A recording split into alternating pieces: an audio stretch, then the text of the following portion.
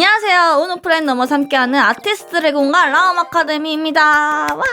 오늘 세미나에서는 LD 캐릭터의 비율을 잡는 기준과 자연스럽게 데포름해하는 방법을 이론으로 살펴보고 실제 러프를 잡는 과정, 시연으로 함께 확인해볼 예정입니다. 그럼 오늘 함께 해주실 작가님 모셔보겠습니다. 메이엘 작가님이십니다. 안녕하세요. 안녕하세요. 다양한 장르를 그리고 있는 메이엘이라고 하고요. 그러면은 오늘 LD 캐릭터 데포름부터 완성까지 가볼 건데 제일 처음은 SD와 LD의 차이점을 알아볼 거고 데포름의 중요 포인트, 그 뒤에 이제 시연으로 바로 넘어갈 건데 이 중요 포인트 할 때 이제 비율이라던가 형태 이런 것도 중요하게 생각하거든요. 그런 거를 짚고 넘어갈 겁니다. 데포르메를 얘기하기 전에 먼저 데포르메가 뭔지 잘 모르시는 분들이 많거든요. 일단 데포르메라는 건 프랑스어에서 원래 왔다고 해요. 만화나 미술에서 대상을 있는 그대로가 아니고 의도적으로 변형시키고 과장시키고 하는 그런 기법이죠. 애니메이션 캐릭터들처럼 실제 인간보다 눈이 좀 더 크고 얼굴이 좀 더 크고 팔다리가 길쭉길쭉한 그런 캐릭터들을 이제 데포르메가 된 캐릭터라고 합니다. SD와 LD의 차이점을 보자면은 한마디로 말하면 G파일로 압축했다고 말할 수 있는데요. LD 같은 경우는 인체의 자연스러움도 그렇고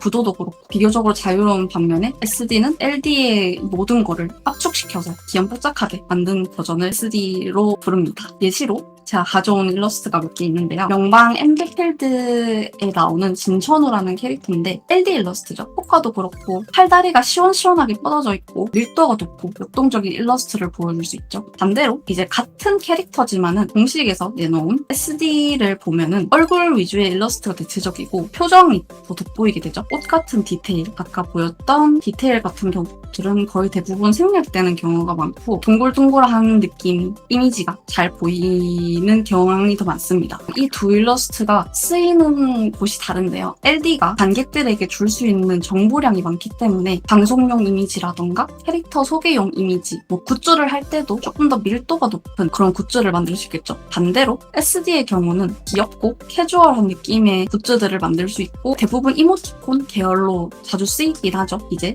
LD 캐릭터의 비율에 대해서 얘기를 해볼 건데 LD 캐릭터의 비율이라는 것은 그 캐릭터의 나이라던가 그 캐릭터의 성격 그리고 목적 이런 거에 따라서 또 비율이 많이 달라지게 되거든요. 저는 이것이 가장 잘 나타나는 게 블루아카의 시로코라고 생각을 합니다. 한 캐릭터가 시간에 따라서 비율이 달라지는데 그것에 따라서 이 캐릭터가 보여주는 느낌이 완전히 달라지거든요. 5에서 5.5 등신 정도의 어리숙한 캐릭터들, 중학생 정도의 캐릭터를 그릴 때 5에서 5.5 등신을 사용을 하고 고등학생이라던가 일반적으로 우리가 그리는 청소년 캐릭터들은 대체적으로 6.5에서 7등신 이 정도쯤에서 그리고 있고 내가 여기서 조금 더 성숙하거나 멋진 느낌을 더 주고 싶다. 그러면은 얼굴의 비율을 조금 더 줄이거나 다리의 길이를 조금 더 늘려서 7등신에서 8등신 이상적인 비율이라고 하죠. 그 비율에 조금 더 가깝게 그려주시면 될 것 같습니다. 데포르메의 중요한 포인트들인데 예쁜 데포르메를 만들 때 핵심 요소는 제일 중요한 거는 생략입니다. 아까도 봤듯이 멋진 LD 일러스트들을 보면은 굉장히 밀도 높은 디테일들이 보이죠. 근데 반대로 이런 SD 같은 경우는 그런 게 보이진 않죠. 이런 것들이 좋은 생략입니다. 그래서 제가 예시로 우리가 아는 LD, MD, SD에 따라서 생략의 느낌을 좀 더 줘봤는데요. LD 같은 경우는 밀도를 높이기 위해서 엄청나게 많은 디테일들을 쏟아붓죠. MD, SD 요 사이 살짝 애매한 경계이긴 한데 여기서부터는 머리카락부터 덩어리짐이 시작되고 치마에서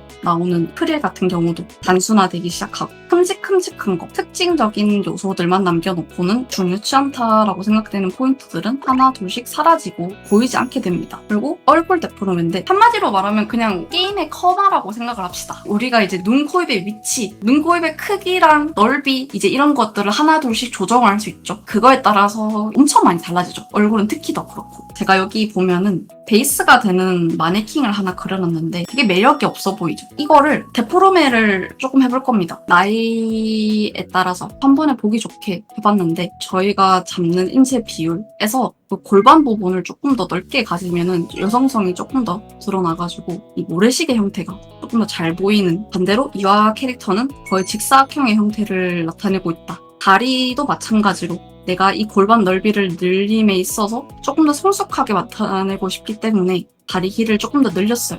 내가 이 데포르메를 유지하는데 이제 중요함은 기본적으로 우리가 차렷했을 때 손끝이 여기 허벅지 중간 정도에 닿죠. 이거는 어떻게 하든 변하지 않아요. 이렇게 했을 때도 변하지 않고 내가 다리가 길어져도 변하지 않는 사실이죠. 반대로 다리가 짧아져도 변하지 않는 사실이에요. 그것만 지켜주면은 팔이 길어지든 다리가 길어지든 뭐 똑같겠죠? 다음은 실현 파트인데 일단은 제가 오늘 그릴 캐릭터가 조금 수위가 있는 캐릭터라 가지고 사실 그릴 때 많이 걱정이 됐어요. 이런 느낌이거든요. 여러분 마음의 눈으로 보십시오 대충. 네. 일단은 캐릭터의 특징을 제일 처음 보는데 글래머한 캐릭터 혹은 이제 살집이 조금 있는 캐릭터들은 대충 우리가 도형화를 한다고 했을 때 이런 식으로 잡잖아요. 글래머러스 하신 분들은 이렇게 베이스를 잡지 않고 애초에 살짝 먼 느낌으로 갑니다. 그래야지 동글동글한 느낌이 살거든요. 나는 베이스 자체도 원형으로 잡는데 그리고 우리가 아까 모래시계 계속 그 얘기를 했는데 이 친구도 모래시계를 강조를 해야겠죠. 니케 캐릭터 같은 경우는 이 모래시계를 특히나 엄청 강조하는 거를 추천드립니다. 그러면은 게임 캐릭터 느낌이 조금 더 살아요.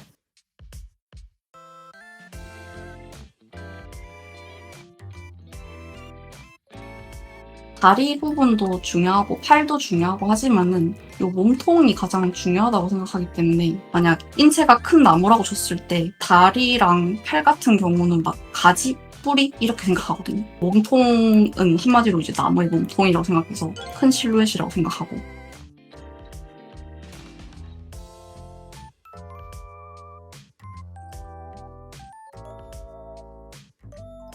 얼굴을 생각보다 손을 안 대고 있죠. 재밌는 거 나중에 하는 게 재밌거든요.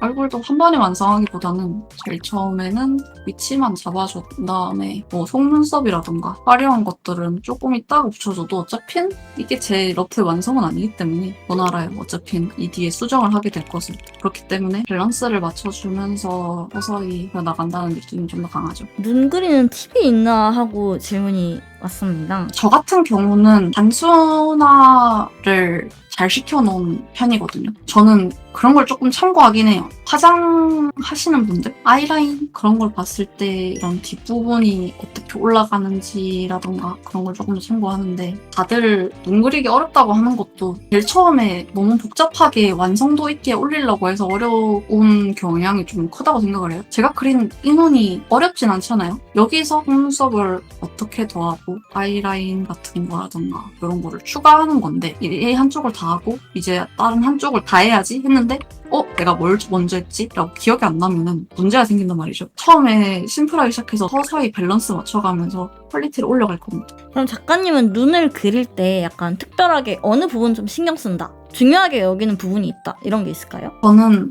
각도를 중요하게 생각해.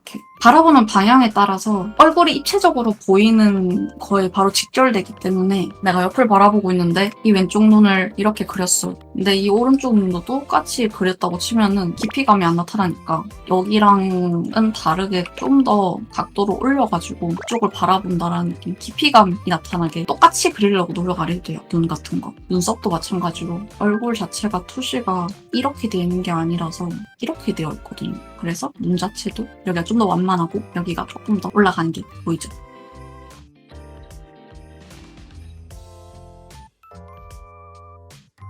이게 대충 초벌구의 상태 느낌이죠. 완전 제일 처음에 봤던 그 선에서 여기까지 올 때 진짜 완전 조각하는 느낌으로 하거든요. 여기서부터 디테일을 넣거든요. 내가 선화할 때 안 헤매게 하는 작업이죠. 그리고 아까 조각한다고 하는 느낌은 아직까지 계속 가거든요.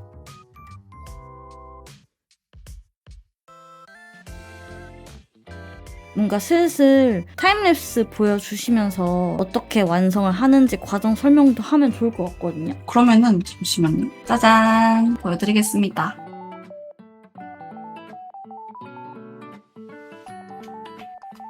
중요한 점은 필압을 넣어가지고 요런 둥글둥글한 점, 특히 이제 요런 어깨선, 가슴, 내가 특히 생각하기에는 이 부분은 조금 둥글둥글하다 아니면 좀 푹신푹신하다라고 생각하는 부분은 굵게 일부러 요런 식으로 필압을 넣습니다. 그리고 이게 아마 선다는 겁니다.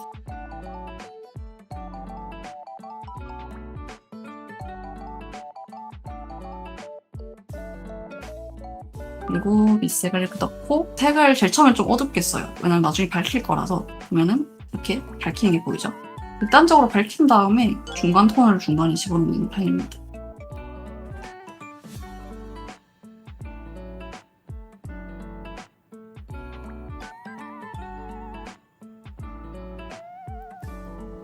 짜잔. 감사합니다. 사실 채색을 오늘 얘기할 건 아니었기 때문에 채색은 간단하게 설명을 주셨고, 뭔가 인체를 잡을 때 둥구스름한 선으로 뭔가 큼직큼직하게 덩어리를 잡아나가는 게 꽤 인상 깊은 느낌이 좀 있습니다. 초보자분들은 많이들 크게 그리시는 거를 두려워하세요. 아까도 제가 시연할 때도 보여드렸지만 처음부터 완전히 완성시키려고 하지 말고 점점 완성시켜 조각 나가듯이 완성시켜 나갑시다. 좋습니다. 이제 준비된 내용은 여기까지입니다. 이제 수업에 대한 얘기를 또 하고 가야 돼요. 아직 수업이 열리진 않았죠. 메이엘 작가님은 수업 입문기초 클래스로 구성을 하실 예정이고요. 입문자와 초보자 그리고 취미로 그림을 그리고 싶은 분들을 위한 클래스가 될 예정입니다. 9월 개강 예정이고요. 평일에 수업이 진행될 예정이라고 하십니다. 9월달 개강 예정일 메이엘 작가님의 수업도 여러분 막간부 해주시면 좋을 것 같고, 아무래도 요즘 이제 캐주얼적으로 그리고 뭔가 프리랜서로 활동을 하려면은 행사가 거의 필수적인 어떤 활동이 되었어요. 그래서 그 부분에 대해서도 작가님이 물론 입문 기초와 취미를 대상으로 하지만 이제 도움을 주실 수 있고, 그리고 그러한 수업을 좀 지향하신다고 합니다. 그래서 전반적으로 뭔가 미소녀 캐주얼 그리시고 싶은 분들에게 도움이 될 만한 수업이 될 거라 생각이 됩니다. 그래서 세미나 진행해주신 작가님께 감사의 말씀 드립니다. 감사합니다. 고생 많으셨습니다. 저야말로 마지막으로 그럼 하고 싶으신 말씀이 또 따로 있을까요? 그림은 자기 취향을 드러내는 것입니다. 수업에 와서 덕질하셔도 되고 즐겁게 수업하는 그런 분위기 만들어봤으면 좋겠습니다. 그러면 다음에 진행될 세미나 저희 항상 그랬듯이 카페통해서 공지를 해드릴 예정이고요. 오늘 세미나 많이 봐주셔서 정말 감사하고 모두 편안한 밤 보내시길 바라겠습니다. 안녕히 계십시오.